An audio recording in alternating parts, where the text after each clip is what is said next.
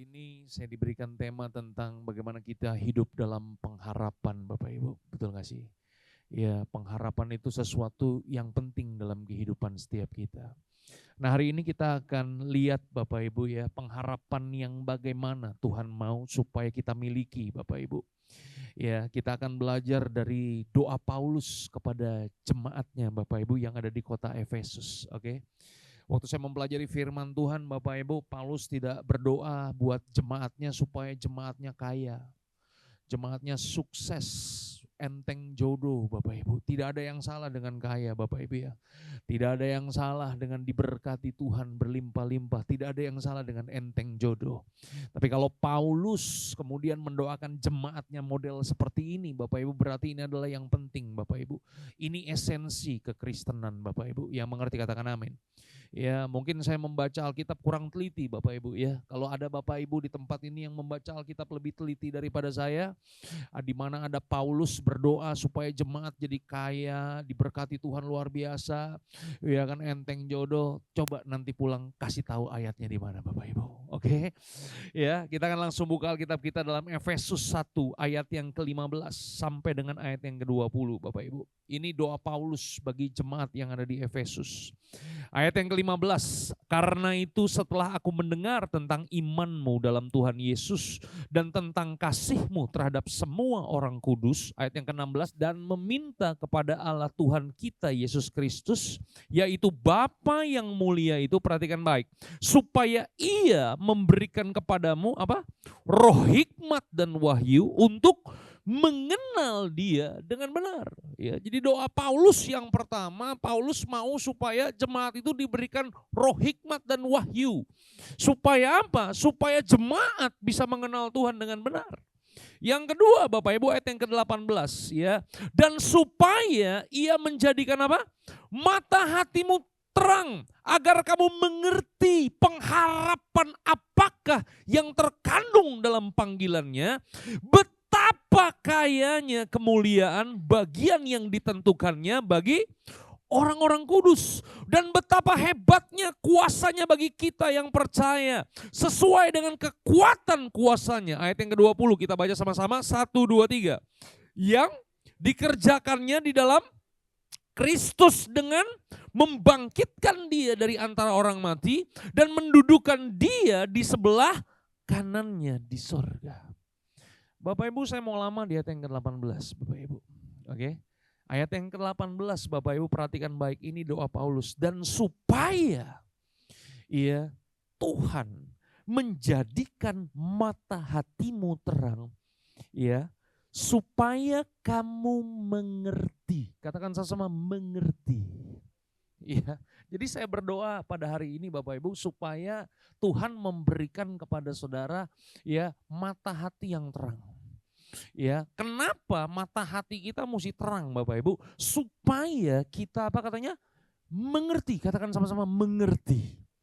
Ya, Bapak Ibu saudaraku terkasih dalam Tuhan, kalau kita nggak pernah bertumbuh dalam pengertian, kita nggak pernah bertumbuh dalam understanding Bapak Ibu, dengar ini baik-baik, pada akhirnya hidup saudara akan berbanding lurus dengan pemahaman saudara, understanding saudara. Saya ulang sekali lagi. Ya, kalau kita nggak mengupgrade understanding kita, pengertian kita, pemahaman kita, pewahyuan kita, maka pada akhirnya hidup kita hanya akan berbanding lurus dengan tingkat pemahaman kita. Halo? Saudara boleh punya pencapaian dalam hidup ini luar biasa. Saudara boleh punya segalanya, level kehidupan saudara dahsyat. Tapi kalau pemahaman saudara tidak di-upgrade, pemahaman saudara, pengertian kita dangkal Bapak Ibu, maka pada akhirnya hidup kita hanya akan sesuai dengan pemahaman kita. Halo? Saya mau sebut nama ini, Ferdi Sambo. Pernah Ya, berita nasional nih Bapak Ibu ya kan. Ini orang luar biasa Bapak Ibu, anak cinta Tuhan Bapak Ibu, betul nggak Bapak Ibu ya? Dan Ferdy Sambo Bapak Ibu bukan anak muda pertama yang mendapatkan bintang 1 Bapak Ibu. Oke? Tapi Ferdy Sambo adalah anak muda pertama yang punya bintang 2 di kepolisian Bapak Ibu. Orang-orang mengakui kehebatannya Bapak Ibu, betul nggak? Bahkan ketika saya baca-baca Bapak Ibu, itu Ferdy Sambo Bapak Ibu, itu kuasanya di kepolisian itu beda tipis sama Kapolri Bapak Ibu. Kenapa? Karena dia adalah seorang Kadif Propam Bapak Ibu. Polisinya, polisi yang mengerti, katakan amin. Tapi Bapak Ibu lihat sekarang bagaimana kehidupannya, betul nggak? Karena apa? Karena pada akhirnya hidup kita hanya akan berbanding lurus dengan tingkat pengertian kita. Kalau kita jadi orang percaya, kita punya pemahaman yang dangkal, kita punya understanding yang dangkal, pada akhirnya demikianlah kehidupan saudara. Halo?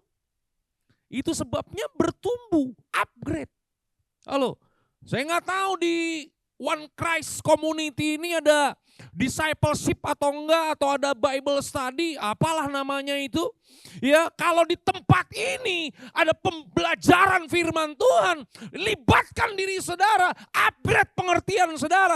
Karena kalau tidak, ya hidup kita akan begitu-begitu aja Bapak Ibu. Ada komsel, ada Bible study, yang mengerti katakan amin Bapak Ibu. Itu dia Bapak Ibu. Ya. Nah, saya akan masuk ke sini Bapak Ibu. Kalau kita, ya, kenapa kita mesti mengerti, ya kan?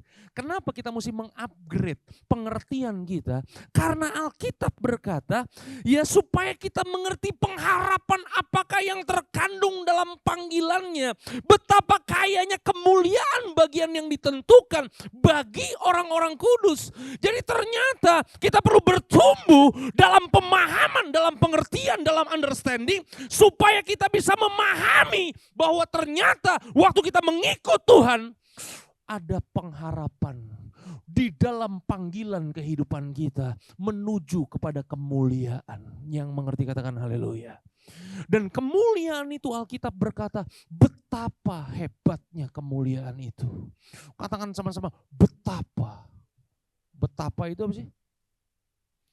Betapa itu pergi ke gunung sendirian, itu bertapa, ya kan? Betapa itu artinya apa? Tidak terlukiskan indahnya. Kalau kita mengerti pengharapan apa di dalam panggilan kehidupan setiap kita. Ada amin? Nah, kalau Bapak Ibu mempelajari Alkitab Bapak Ibu, ya, kita membaca Alkitab kita dengan narasi, maka saudara akan menemukan ada 4 tema besar dari Kejadian sampai dengan kitab Wahyu. Oke? Ya, tema pertama itu adalah penciptaan. Katakan sama-sama penciptaan. Oke? Tema kedua adalah kejatuhan. Oke? Tema ketiga itu adalah penebusan. Dan tema yang keempat adalah kemuliaan Bapak Ibu. Oke? Waktu Tuhan menciptakan manusia, Tuhan menciptakan manusia serupa dan segambar. Katakan saja serupa dan segambar. Serupa dan segambar itu artinya kan bukan wajah kita jadi kayak wajah Tuhan kan. Ya, serupa dengan gambaran Tuhan artinya waktu Tuhan menciptakan saudara, ada kualitas Tuhan dalam kehidupan saudara. Kalau Tuhan kita penuh dengan kasih, berarti di dalam diri saudara ada kasih. Kalau Tuhan kita adalah Tuhan yang mampu mengampuni, berarti ada kualitas pengampunan dalam kehidupan saudara. Tapi masalahnya manusia jatuh dalam dosa. Katakan sama-sama jatuh. Jatuhnya kemana? Jatuhnya ke dalam dosa. Jatuhnya dari mana? Jatuhnya dari mana? Tadi saya ambil nih aqua nih Bapak Ibu ya untuk menggambarkan ini. Manusia diciptakan serupa dan segambar. Serupa dan segambar tuh bukan equal, bukan sama dengan, tapi likeness. Yang mengerti katakan amin. Ya, ini posisi awal. Katakan sama posisi awal. Oke, manusia jatuh ke dalam dosa. Pertanyaan saya yang kedua, manusia jatuh dari mana? Manusia jatuh, apakah manusia jatuh dari surga? Tuhan gak pernah menciptakan manusia di sorga Bapak Ibu. Tuhan menciptakan manusia di bumi. Waktu Tuhan menciptakan manusia di bumi, diciptakanlah serupa dan segambar. Halo? Itu sebabnya waktu dia menebus kehidupan kita Bapak Ibu, Tuhan tidak pernah punya maksud untuk membawa kita ke surga. Halo? Betul gak? Kita ditebus kemana? Kita ditebus supaya kita kembali ke posisi awal. Dari sini kita dapat definisi keselamatan. Apakah yang dimaksud dengan keselamatan? Keselamatan adalah usaha Tuhan mengembalikan manusia pada rancangan yang semula. Rancangan yang semula apa? Keserupaan dengan Tuhan Bapak Ibu. Manusia udah jatuh dalam dosa. Jatuh dalam dosa tuh bukan berbuat jahat Bapak Ibu. Setuju gak? Jatuh dalam dosa itu artinya manusia itu terpenjara. Halo. Kalau dosa itu hanya berbuat jahat. Ya makanya bisa kita tebus dengan perbuatan baik Bapak Ibu. Betul gak? Tapi kalau manusia terpenjara Bapak Ibu, gak bisa dibayar dengan perbuatan baik. Dia harus ditebus Bapak Ibu. Yang mengerti katakan haleluya. Itu dia. Itu sebabnya Yesus datang ke dalam dunia ini. Dia lahir yang kita peringati di hari Natal nanti Bapak Ibu. Ya, supaya apa? Supaya dia menebus kehidupan kita. Dia mengembalikan kita pada posisi semula. Waktu dia mengembalikan kita pada posisi yang semula, tujuannya untuk apa? Supaya dengan kemuliaan yang Tuhan kembalikan kepada saudara, saudara makin serupa dengan gambaran Tuhan. Biar apa yang ada di sorga terjadi di muka bumi ini Bapak Ibu. Ada amin Bapak Ibu? Itu dia. Nah Bapak Ibu saudaraku terkasih dalam Tuhan. Untuk kita hidup makin menuju kemuliaan Bapak Ibu. Itu sebabnya kita harus punya pengharapan di dalam Tuhan. Saya ulang sekali lagi Bapak Ibu ya. Ini kayaknya agak berat. Saudara udah ngopi belum? Belum ya, pantesan berat Bapak Ibu ya kan. Kalau kita membaca narasi Alkitab, ada apa yang namanya? Penciptaan, kejatuhan, penebusan, kemuliaan. Betul gak? Kenapa Tuhan menebus kehidupan teman-teman semua Bapak Ibu saudaraku terkasih dalam Tuhan? Supaya setiap kita di tempat ini, kita hidup di dunia memuliakan nama Tuhan. Betul gak? Untuk kita bisa memuliakan nama Tuhan, itu sebabnya kenapa kita harus punya pengharapan dalam kehidupan setiap kita Bapak Ibu. Kenapa? Karena menjalani kehidupan kekristenan ini gak mudah Bapak Ibu. Betul gak? Saya kasih satu contoh Alkitab Bapak Ibu ya. Coba kita buka Alkitab. Ini ayat yang sangat terkenal Bapak Ibu. Yeremia 29 ayat yang ke-11. Ya. Ini ayat firman Tuhan ya top one ya yang paling sering dikhotbahkan di gereja-gereja, ya kan? Ranking kedua itu 1 Timotius 4 ayat yang ke-12 Bapak Ibu, ya kan? Ya, coba kita baca sama-sama 1 2 3. Sebab aku ini mengetahui rancangan-rancangan apa yang ada padaku. Rancangan apa? Tuhan buat saudara supaya melalui penebusan yang dia berikan, hidup saudara memuliakan nama Tuhan. Amin. Supaya saudara punya cara hidup Tuhan. Supaya hidup saudara punya kualitas Tuhan. Itu rancangan Tuhan buat kita. Oke? Demikianlah firman Tuhan, yaitu rancangan damai sejahtera dan bukan rancangan kecelakaan, untuk memberikan kepadamu apa? Hari depan yang penuh dengan harapan. Ini maksudnya apa nih? Memberikan kepadamu hari depan yang penuh dengan harapan. Banyak orang menerjemahkannya hidup kaya, sukses, punya rumah di mana, punya karir yang hebat, punya keluarga yang dahsyat. Nggak salah Bapak Ibu. Tapi saya mau kasih tahu Bapak Ibu, itu cuman akibat aja, bukan tujuan. Halo? Bukannya kita nggak boleh kaya Pak. Ya, ini saya jadi gembala sidang Bapak Ibu, ya kan? Jemaat kaya seneng gak saya? Hah? Kok saudara kagak bisa jawab sih? Kayak takut gitu. Hah? Ini saya gembala sidang nih ya kan. Ya kan saya punya sidang gereja Bapak Ibu ya kan. Nih saya kedatangan nih ya jemaat-jemaat ya kan, pengerja-pengerja, pengusaha kaya-kaya. Saya mau nanya, sebagai gembala seneng gak? Seneng. Kenapa seneng? Kalau mereka diberkati, tenang saya Bapak Ibu ya kan. Gereja bisa berjalan dengan baik Bapak Ibu. Semua program-program lancar Bapak Ibu. Betul gak sih? Senang pendeta Bapak Ibu. Tapi apakah saya bangga? Belum. Halo? Satu hari saya lagi nganter anak saya nih. Nganter sekolah.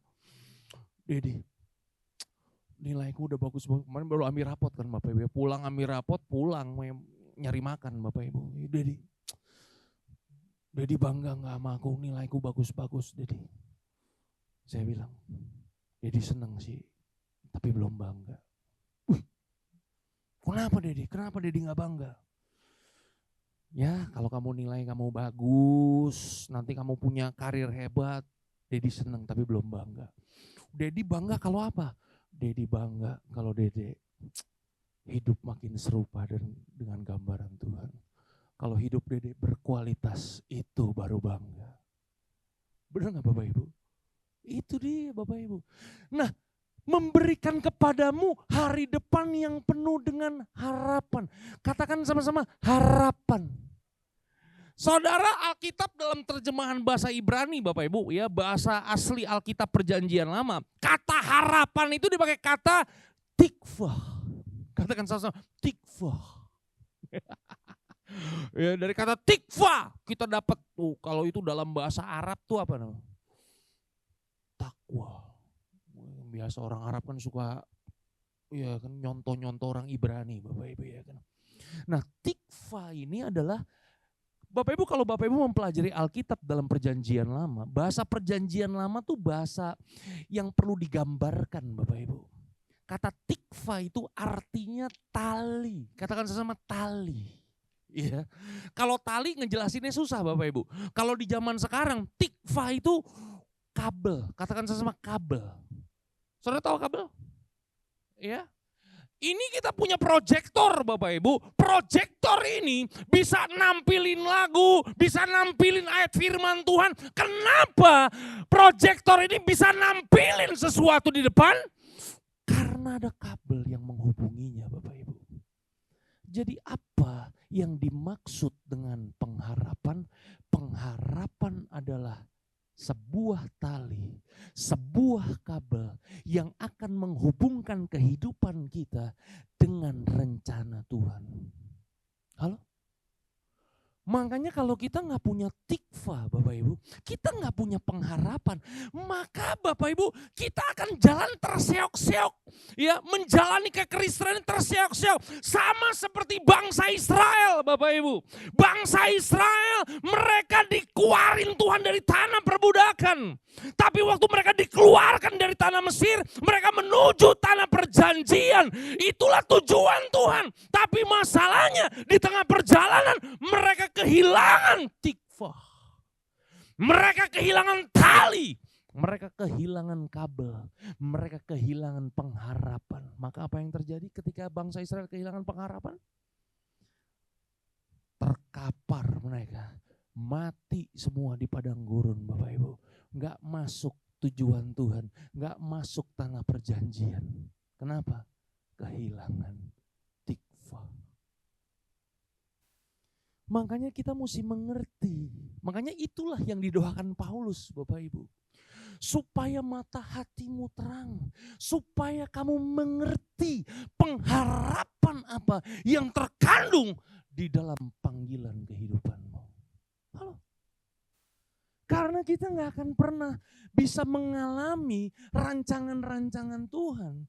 Kita gak akan pernah bisa mengambil sebuah kesimpulan bahwa rancangan Tuhan adalah rancangan damai sejahtera kalau kita gak punya tikvah Bapak Ibu.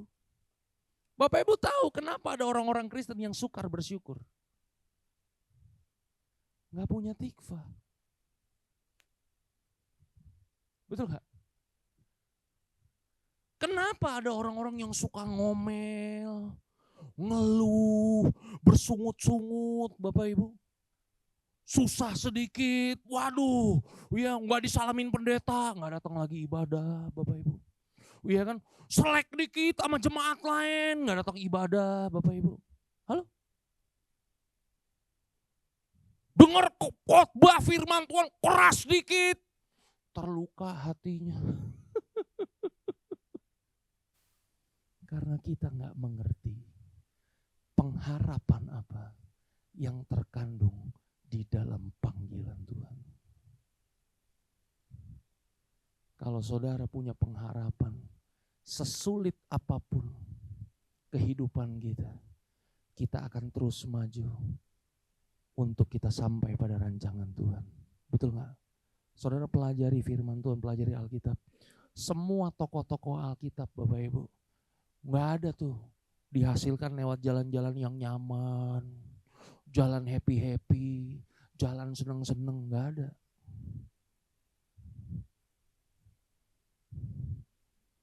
Makanya kadang-kadang saya suka sebel Bapak Ibu ya. Kalau ada orang, apalagi kalau khotbah di gereja saya, percaya Yesus, percayalah. Hidup saudara hebat, luar biasa. Ya bisa juga ya Bapak Ibu ya. Mesti seimbang dong ngajar firman Tuhan, bener gak? Kok gak ada amin nih?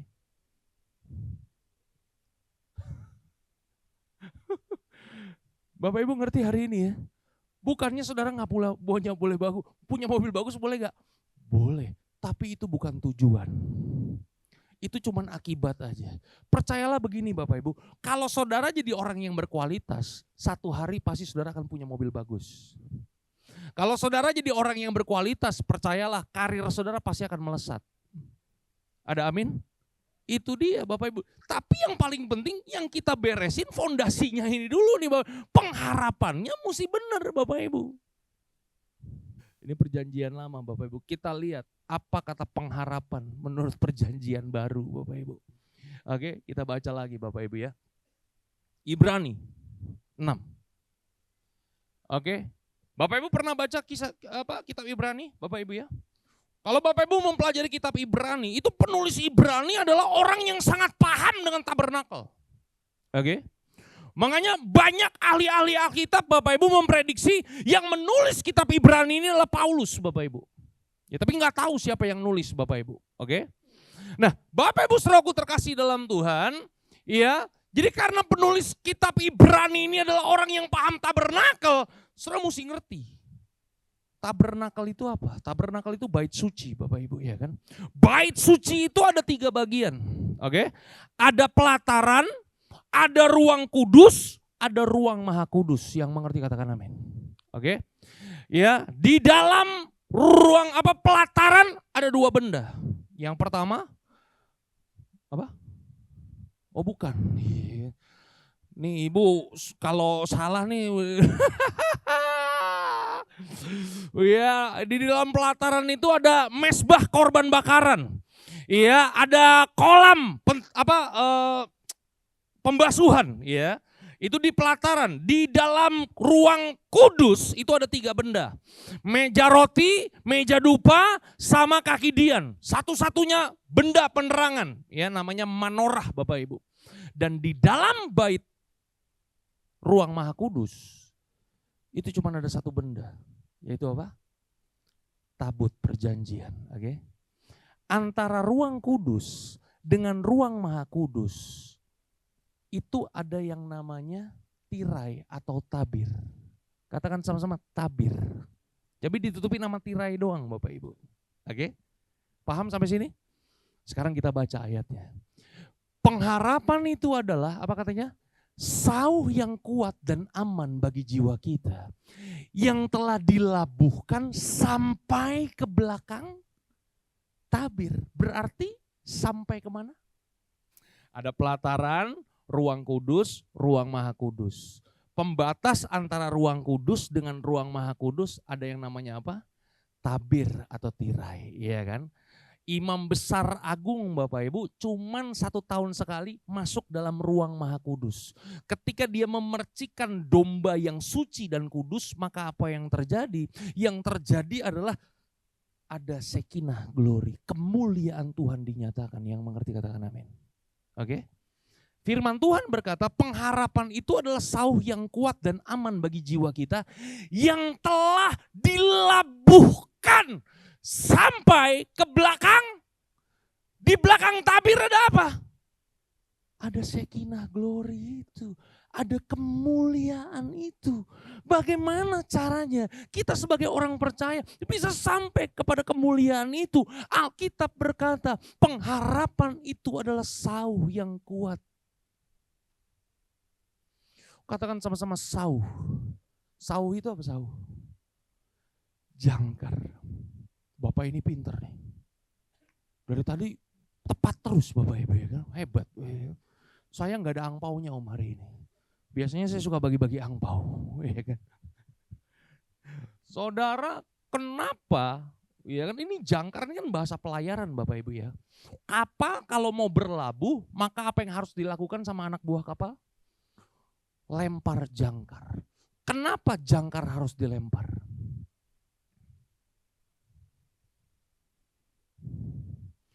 Karena kalau jangkar nggak dilempar, kapal berlabuh di Tanjung Priuk, besok bisa ada di Tanjung Mas, Pak.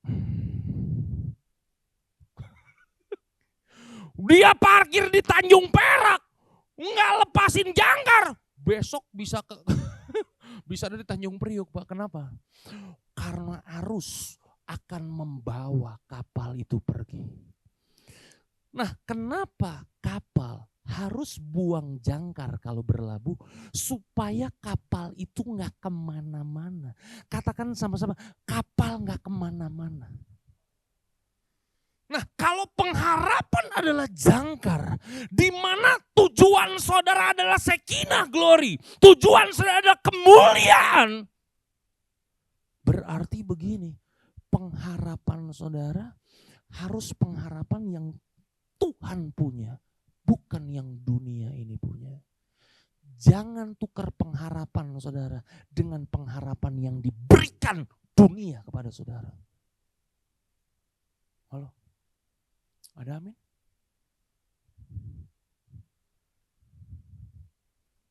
Bro, lu kalau investasi di tempat gua bro, lu masukin 500.000 tahun depan jadi 30 miliar bro.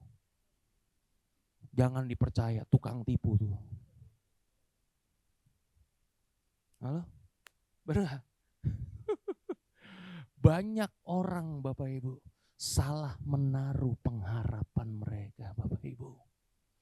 Ketika kita salah menaruh pengharapan kita, itu sebabnya kenapa banyak orang percaya kecewa. Diberkatilah saudara. Dahsyat. Limpah, limpah, limpah. Itu kalau kita dapat kata-kata diberkati berlimpah-limpah. Saya mau nanya, yang di sini kita mikirnya apa? Ayo, ngaku. Iya kan, duit, emas, kekayaan, materi, kan itu benar kan Bapak Ibu ya. Itu dia Bapak Ibu. Makanya kenapa ada orang-orang yang bisa ninggalin Tuhan Bapak Ibu. Hari ini Kristen, tahun depan mualaf. Salah naruh pengharapan. Ini yang muda-muda nih, jangan taruh pengharapan di pasangan hidup. Salah kamu. Halo? Bukannya berarti gak boleh punya pasangan hidup. Harus punya pasangan hidup. Firman Tuhan berkata, beranak cuculah, penuhilah bumi. Yang mengerti katakan haleluya. Iya, bukan gak boleh, boleh. Iya kan. Tapi kalau kita salah taruh pengharapan Bapak Ibu, akhirnya kita kecewa Bapak Ibu. Benar gak sih? Ya gue udah cari, kata pendeta mesti cari yang cinta Tuhan, cari di gereja. Ketemu Pak, di gereja cinta Tuhan, melayani lagi Pak. Tapi ternyata begitu di luar sana, sontoloyo juga Pak. Pernah gak ketipu sama orang-orang yang begitu? Hah? Pernah? Oh ngaku ya. Jangan taruh pengharapan kita pada sesuatu yang fana, Bapak Ibu Saudaraku terkasih dalam Tuhan. Ada amin? Jangan kemana-mana pengharapan saudara. Pengharapan saudara, taruh jangkar di situ. Halo? Taruh tali di situ, taruh kabel di situ. Supaya apa? Supaya ketika saudara berjalan di tengah kesulitan dunia ini, Bapak Ibu, di tengah penderitaan dunia ini, saudara tetap maju, saudara tetap melangkah. Apapun musim kehidupan saudara, saudara tetap sampai kepada Shekinah Glory itu. Halo? Udah, saya selesai. Ya, saya akan tutup dengan ayat-ayat terakhir. Kita baca sama-sama 1, 2, 3. Nyanyian Ziarah. Ketika Tuhan memulihkan keadaan Sion, keadaan kita seperti orang-orang yang jadi ketika Tuhan memulihkan keadaan kita, Bapak Ibu, saudara akan lihat pemulihan Tuhan akan membuat saudara seperti orang yang bermimpi. Nggak nyangka Tuhan pulihkan juga hidup saya. Ngerti ya Bapak Ibu ya? Ayat yang kedua. Pada waktu itu mulut kita penuh dengan tawa dan lidah kita dengan sorak-sorai. Pada waktu itu berkatalah orang di antara bangsa-bangsa. Apa katanya? Tuhan telah melakukan perkara besar kepada orang-orang ini. Tuhan telah melakukan perkara besar kepada kita. Maka kita bersuka cita. Ayat yang keempat baca sama-sama. 1, 2, 3.